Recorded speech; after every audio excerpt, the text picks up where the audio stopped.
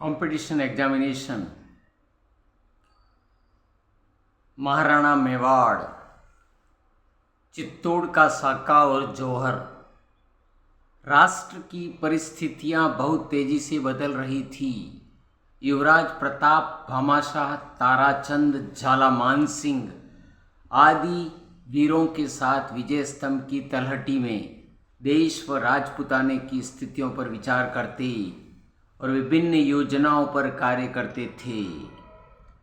अकबर की साम्राज्यवादी विस्तार नीति, छल, कुटिलता के समक्ष राजपुताने के अधिकांश राजाओं ने झुकना स्वीकार किया, परंतु मेवाड़ अड़िग था। अकबर को यह फूटी आंखों नहीं सुहाता था। वह मेवाड़ राज्य को अपने चरणों में झुकाना चाहता था। इसी कारण अकबर ने 1567 ईस्वी में चित्तौड़ पर आक्रमण की योजना बनाई। आपसी मनमुटाव के कारण प्रताप के छोटे भाई शक्ति सिंह अपने पिता उदय सिंह जी से नाराज होकर अकबर के पास चले गए थे।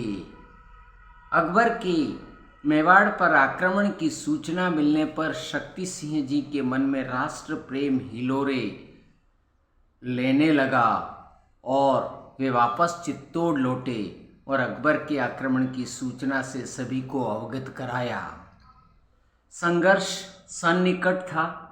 महाराणा उदय सिंह जी ने युद्ध विषयक परिषद बुलाई, जिसमें निर्णय हुआ महाराणा उदय सिंह अपने कुंवर प्रताप सिंह सहित समस्त परिवारों को सुरक्षित उदयपुर के पहाड़ों में लेकर चले जाएं तथा बदनौर के जयमल राठौड़ को पत्ता चुंडावत के साथ किले की कमान सौंप दी जाए। प्रताप किसी भी परिस्थिति में चित्तौड़ छोड़कर जाना नहीं चाहते थे, परंतु सामंतों के दबाव में उन्हें महाराणा उदय सिंह के साथ प्रस्थान करना पड़ा। सभी का कहना था संघर्ष लंबा है। यदि महाराणा युवराज सुरक्षित रहेंगे तो मेवाड़ का भविष्य भी सुरक्षित रहेगा। महाराणा उदय सिंह वहां से गोगुंदा की ओर प्रस्थान कर गए और चित्तौड़ में जयमल राठौड़ तथा पत्ता चुंडावत के नेतृत्व में युद्ध की व्यूह रचना बनने लगी। अकबर ने 4 माह तक घेरा डाले रखा, परंतु उसे सफलता नहीं मिली। जब अकबर को यह जानकारी मिली कि महाराणा उदय सिंह जी तो किले में है ही नहीं, तो अकबर ने जयमल को प्रलोभन देने का असफल प्रयास किया। इस हेतु राजा टोडरमल को भेजा गया। उसने उन्हें नागौर, मेड़ता, अजमेर की सूबेदारी साथ में देने का प्रस्ताव किया। जयमल ने उसे ठुकराते हुए कहा, भूख न माटे मेड़ तो न मेटे नागौर, रजवट भूखनो खड़ी मिटे मरिया चित्तौड़, डेरे टोडर जाए ने कर लो गणरी पाण, जयमल गढ़ में जीवी तो अकबर फिरे न आण।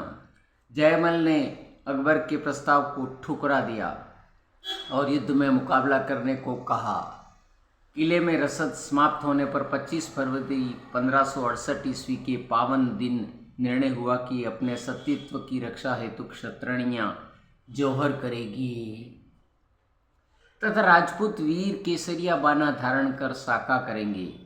चित्तौड़ में 7000 क्षत्रियों ने पत्ता चुंडावत की पत्नी महारानी फूल कंवर के नेतृत्व में चित्तौड़ का प्रसिद्ध तीसरा जौहर किया और वीरों ने केसरिया बाना अपने मस्तक पर धारण कर हर हर महादेव के गगनचुंबी नारों के साथ अपनी मातृभूमि के चरणों में अपने शीश की आहुति लगाने का प्रस्थान किया। जयमल राठौड़ के पैर में गोली लगने पर वह अपने भतीजे कल्लाजी राठौड़ के कंधे पर बैठकर युद्ध लड़ने लगे। उनके चतुर्भुज स्वरूप ने मुगल सेना का ऐसा संहार किया कि जिसे देखकर अकबर भी हतप्रभ रह गया। युद्ध में अकबर की सेना ने धोखे का सहारा लिया। पीछे से वार कर जयमल तक कल्लाजी के मस्तिष्क काट दिए। पाड़नपोल के बाद जयमल जी का बलिदान हुआ तो कल्लाजी का धड़ सर कटने के बाद भी लड़ता रहा तथा अनेकों मुगलों को मार कर गिराया। रामपोल पर युद्ध करते हुए पत्ता चुंडावत ने मुगल सेना को बड़ी हानि पहुंचाई। सैकड़ों मुगलों को ढेर कर युद्ध में उनका बलिदान हुआ। भीषण महासंग्राम के पश्चात अकबर ने चित्तौड़ पर विजय प्राप्त की तथा किले में प्रवेश किया। अपनी विजय के उन्माद में चित्तौड़ प्रवेश के उपरांत अकबर ने चित्तौड़ के 30,000 निर्दोष जनसामान्य, अबला, वृद्ध, महिला, पुरुष का निर्दयपूर्वक नरसंहार किया। विचार करने का विषय, भारत के वामपंथी इतिहासकार जिस अकबर को महान कहते नहीं अगाते, उस अकबर की इस निर्दयता को देखकर भी क्यों अनदेखा करते हैं। चित्तौड़ का यह नरसंहार तथाकथित महान अकबर के माथे पर एक कलंक का टीका है और उसे कायर और आतताई प्रवृत्ति का प्रत्यक्ष प्रमाण है।